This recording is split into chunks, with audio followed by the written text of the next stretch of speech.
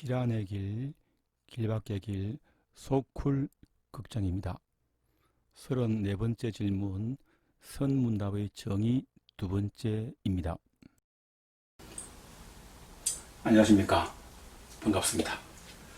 지난 시간에 보통 선사들이 쓰는 어떤 용례, 문답법의 용례를 네 가지로 설명을 했습니다. 모든 방법이 이 네 가지 안에 다 들어간다는 건 아니고, 옛 선사들이 하시던 법을 모아서 정리해 보니까 이 네 가지에 들어가더라라는 말이죠. 그 중에서 세 번째를 즐겨 사용한다, 이렇게 이야기했습니다. 특수한 질문에 특수한 답. 질문과 답이 요즘 우리 눈으로 보면 좀 생뚱맞죠. 왜 그렇게 생뚱맞다고 여겨지는 질문을 하고 거기에 대해서 답을 하는가 하는 문제를 오늘은 좀 살펴보겠습니다. 선이 주고받고 있는 질문과 대답은 논리를 뛰어넘습니다. 직관적이라는 특징을 가지는데요. 여기서 말하는 직관이라고 하는 것은 논리의 어떤 경계라고 그럴까요? 논리의 한계를 뛰어넘는 어떤 것이죠. 선불교라고 하는 것은 철학이 아닙니다. 따라서 관념으로 구성된 체계라고 말할 수 없고, 개념에 의해서 전개될 수 있는 것도 아니죠. 선은 직접적이고 즉각적으로 마음을 가리킵니다.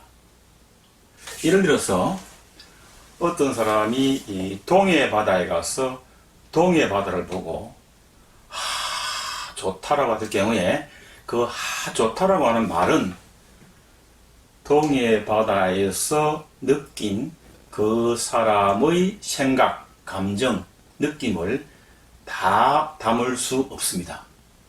언어는 기본적으로 어떤 특징을 가지고 있는가 하면 이런 특징을 가지고 있습니다. 언어가 담을 수 있는 것은 동그란 그릇의 네모난 부분이죠. 그것이 이게 언어의 빛이라면 다른 쪽에 있는 것은 언어의 어둠입니다.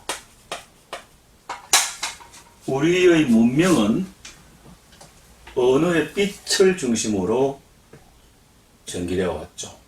대단히 중요한 것입니다.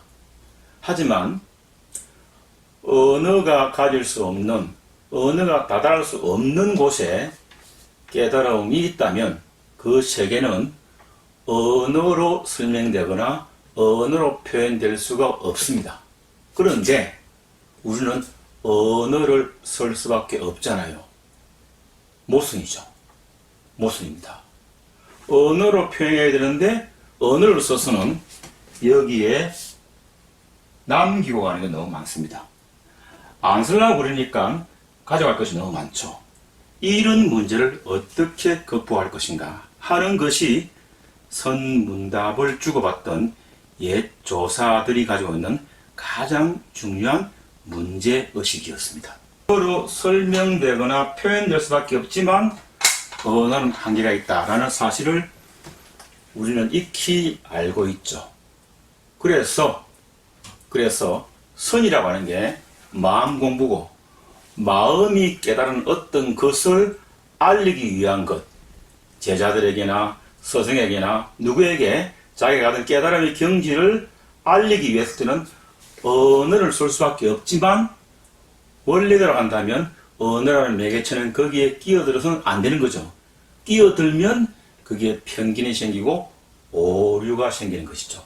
하나, 선은 언어를 사용하지 않을 수 없다는 특징과 한계를 가집니다.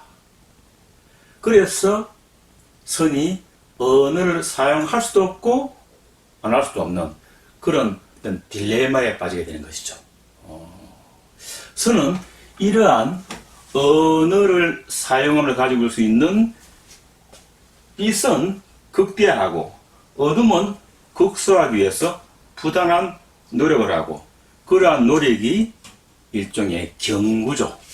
아까 이야기했던 달마가 동쪽으로 온 까닭은 그렇죠. 뜰 앞에 잣나무, 마른 똥막대기 이런 것들이 일종의 이게 경구 비슷하거나 암호거나 아주 불가한 얼른 듣고는 이해하기 힘든 표현 양식으로 나타나죠.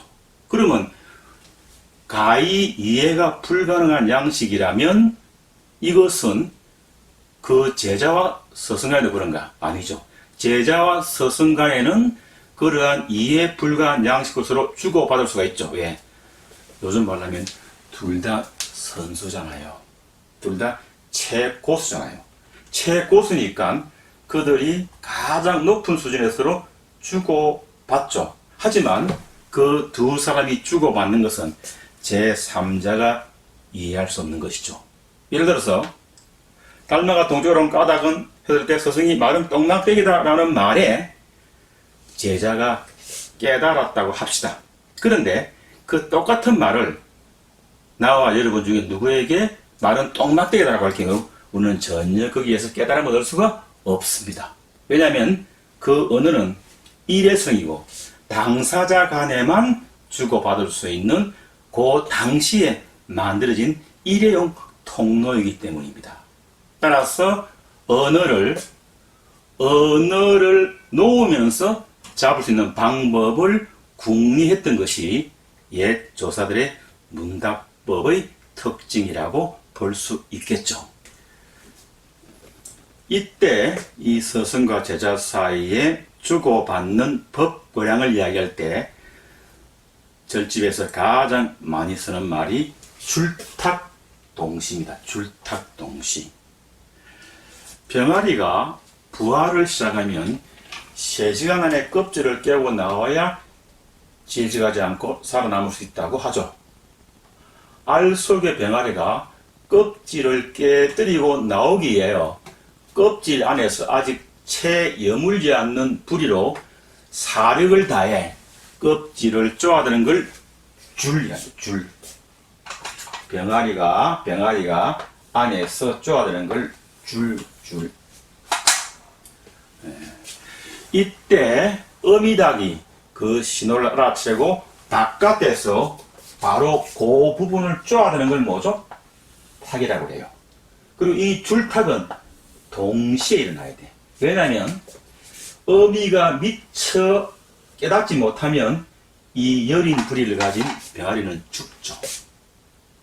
다음에 어미가 너무 일찍 쪼으면 아직까지 준비가 안 된 병아리도 죽죠. 따라서 어미닭이 신호를 알아차리고 바깥에서 부리로 쪼아대는 것하고 어미닭이 부리로 쪼아댈 때 안에서 아직 여물지 않는 부리로 쪼아대는 것, 이것이 동시에 일어나야 되죠. 이것이 줄탁동시입니다. 아까 말했던 스승과 제자 사이의 문답법에 있어서 달마가 동쪽으로 온 까닭을 할 때 뜰 앞에 잣나무라고 하는 것들이 바로 그런 역할을 한다고 볼 수 있겠죠. 자, 그러면 이것을 다시 그림으로 한번 그려봤습니다. 그림 좀 시원찮긴 한데요. 조주라고 하는 큰 스님이 계셨죠. 있었습니다. 그 스님에게 어떤 날 학인 한 사람이 와서 계획에 불성이 있습니까? 라고 이야기할 때 있다라고 답을 했습니다. 또 다른 날 학인 한 사람이 와가지고 계획에 불성이 있습니까? 라고 똑같아 보이는 질문을 했는데 그때는 뭐죠? 없다라고 했습니다. 또 한 사람 계획에 불성이 있습니까? 라고 물으니까 뜰 앞에 잣나무다 라고 했습니다. 옆에 있던 원주가 아니 스님 계획에 불성이 있다는 겁니까? 없다는 겁니까? 그러니까 차를 한 잔 마시고 가게 라고 했습니다. 이때 있다와 없다와 뜰 앞에 잣나무와 끽다거는 왜 다른가? 그때 이 스님의 조주 스님의 어떤 말에는 깨치고 어떤 말에는 깨치지 못합니다. 그럴 경우에 결국 문제가 되는 것은 조주 스님이 바깥에서 쪼는 거라면 병아리는 안에서 쪼는 거죠. 맞아떨어져야 됩니다. 쉽게 말하면 조주가 가지고 있는 어떤 선적 능력과 제자가 가지고 있는 혹은 학인이 가지고 있는 성적 능력이 만났을 때 비로소 거기에서 깨달음이라고 하는 생깁니다. 다시 말해서 제자는 묻는 자죠. 스승은 대답하는 자고 이쪽은 아직 깨치지 못한 자고 이쪽은 깨친 자입니다.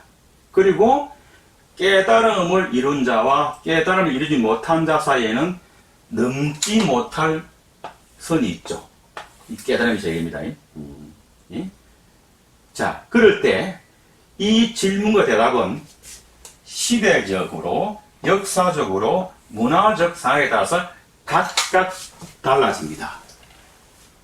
그렇게 본다면 계획의 불성이 있습니까? 라고 물었을 때 있다라고 하는 없다라는 말은 사실 우리가 여기에 있다라고 하는 말에 연연하거나 없다라고 하는 말에 연연해서는 깨달음을 결코 오지 못할 겁니다. 예를 들어서 이런 겁니다.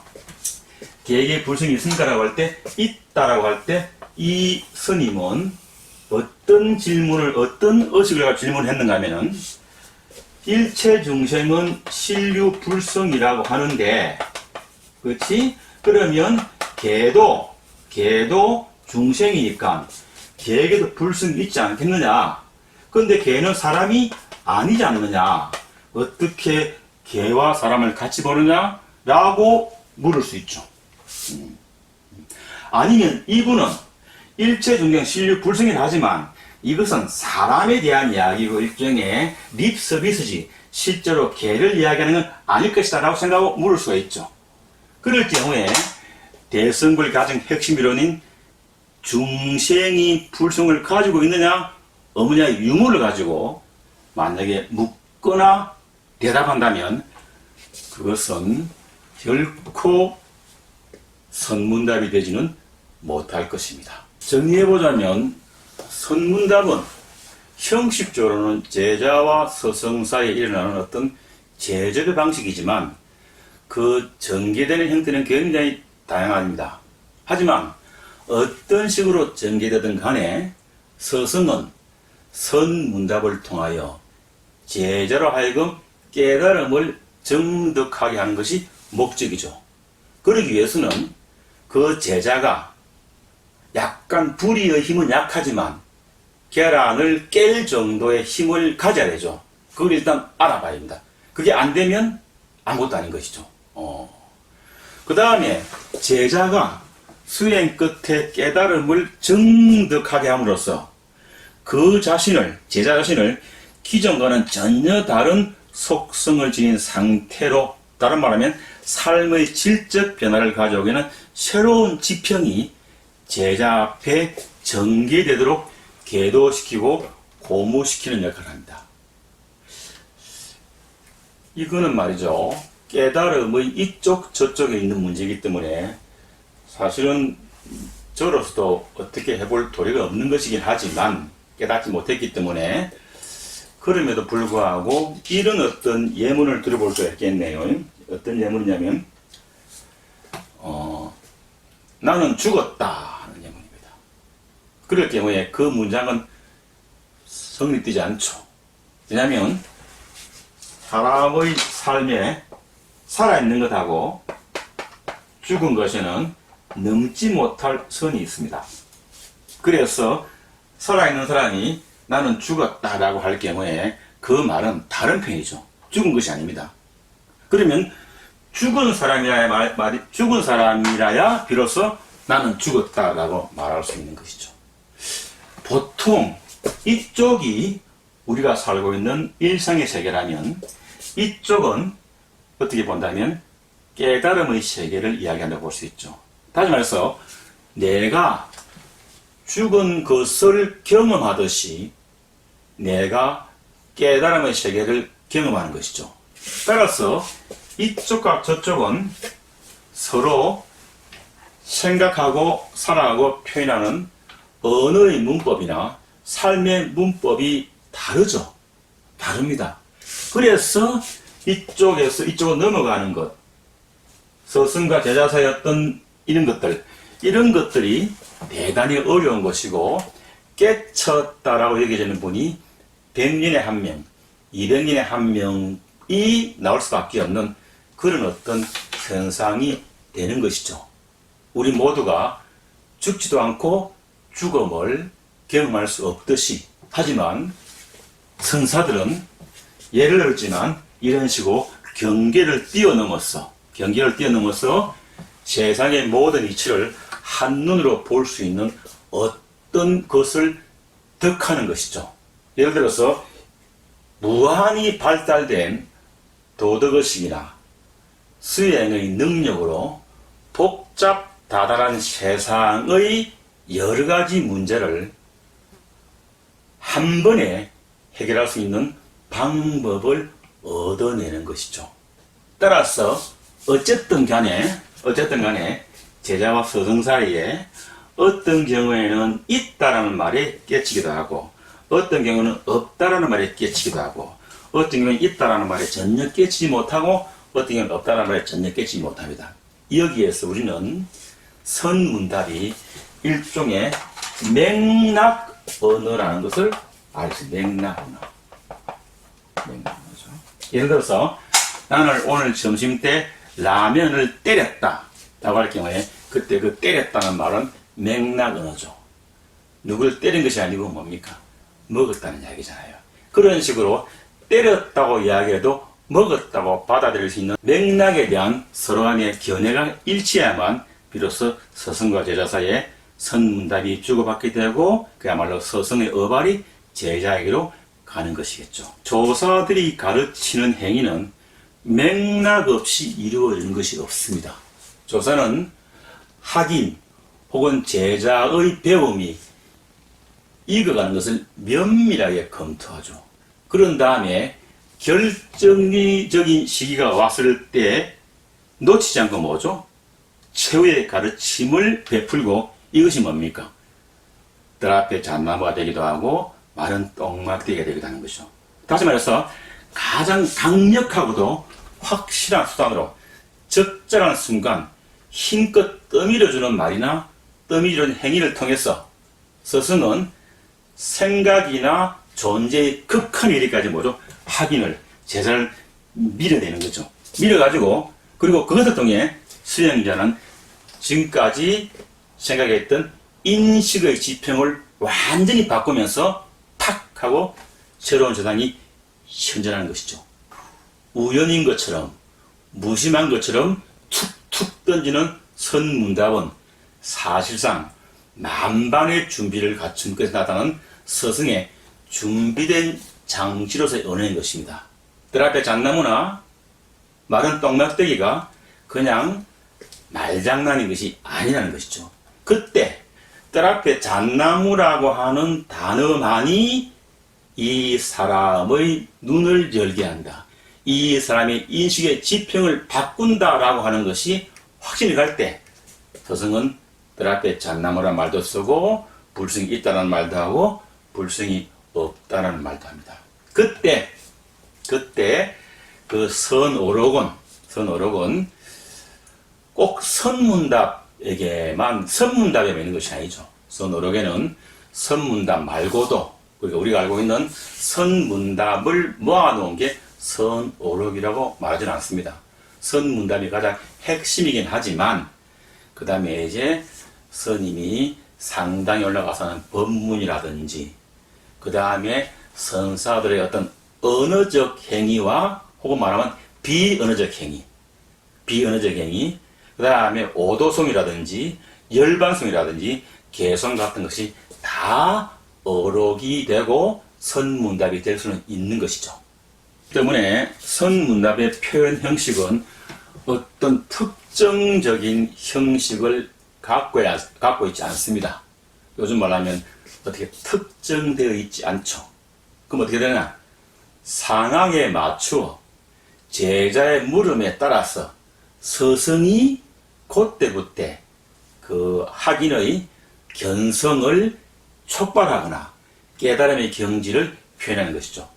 따라서 가장 가성비가 높은 방법은 스승이 제자가 한 걸 보고 그에 맞춰서 뭡니까? 능수능란하게 되게 여러 가지 방법을 보이는 것인데, 이것은 이제 스승의 경지가 상당히 높아야 되겠죠. 예를 들어서 대중 혹은 학인을 대상으로 한 상당 법문은 스승과 제자가 서로의 본문을 남김없이 주고받는 장이 되기도 하죠. 예를 들어서 스승이 선문답이 아니라도 스승이 상담 법문을 하는데 제자가 뛰어나와서 스승의 멱살을 잡는 경우도 가끔은 있습니다.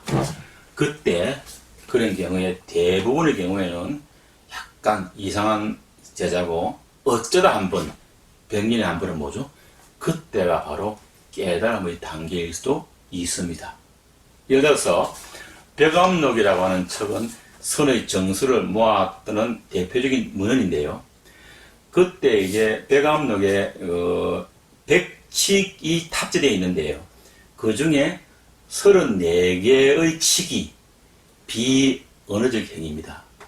그러니까 66개는 말로 묻고 말로 대답하는 거지만 34개는 뭡니까? 말로 물었는데 비언어적 행위, 행위로 대답을 하는 것이죠. 예를 들면 손가락을 하나 들어 보인다거나 손을 펴 보이거나 고함을 치거나 때리거나 춤을 추거나 북을 치거나 대개 침묵하거나 고양이를 죽이거나 굉장히 많은 방법이 있죠. 그때 스승은 어떤 것이 제자가 깨닫는데 가장 도움이 될 것인가, 가장 가성비가 높은 방법을 그때 쓰는 것이죠. 그래서 언어적 표현인 문답법 혹은 오도송, 개송, 열반송, 상담법문, 시중법문, 선문답 이런 것은 당연한 것이고 나아가 비언어적 표현인 봉을 들거나 손바닥을 쥐거나 하를 외치거나 그렇죠? 손가락을 잘라내거나 그러니까 고양이를 잘라 죽이거나 뭐 그런 것들을 침묵하거나 춤을 추거나 북을 치거나 하는 것들이 다 모두 훌륭한 선문답이라고 할 것이죠. 이런 선문답이 한 1700개 정도가 되죠. 그래서 이제 1700개 공안 그리고 1700개 하두가 되는 것은 나중에 이제 송나라 때 대종고선사를 만나야 되겠죠. 오늘은 여기까지 하겠습니다. 업로드는 재미있고 기이한 옛 이야기는 화요일, 불교로 세상 읽기는 일요일, 영어로 세상 읽기는 토요일입니다. 구독과 좋아요는 제작자에게 커다란 힘이 될 것입니다.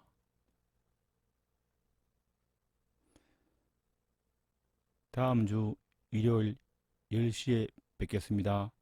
안녕히 계세요.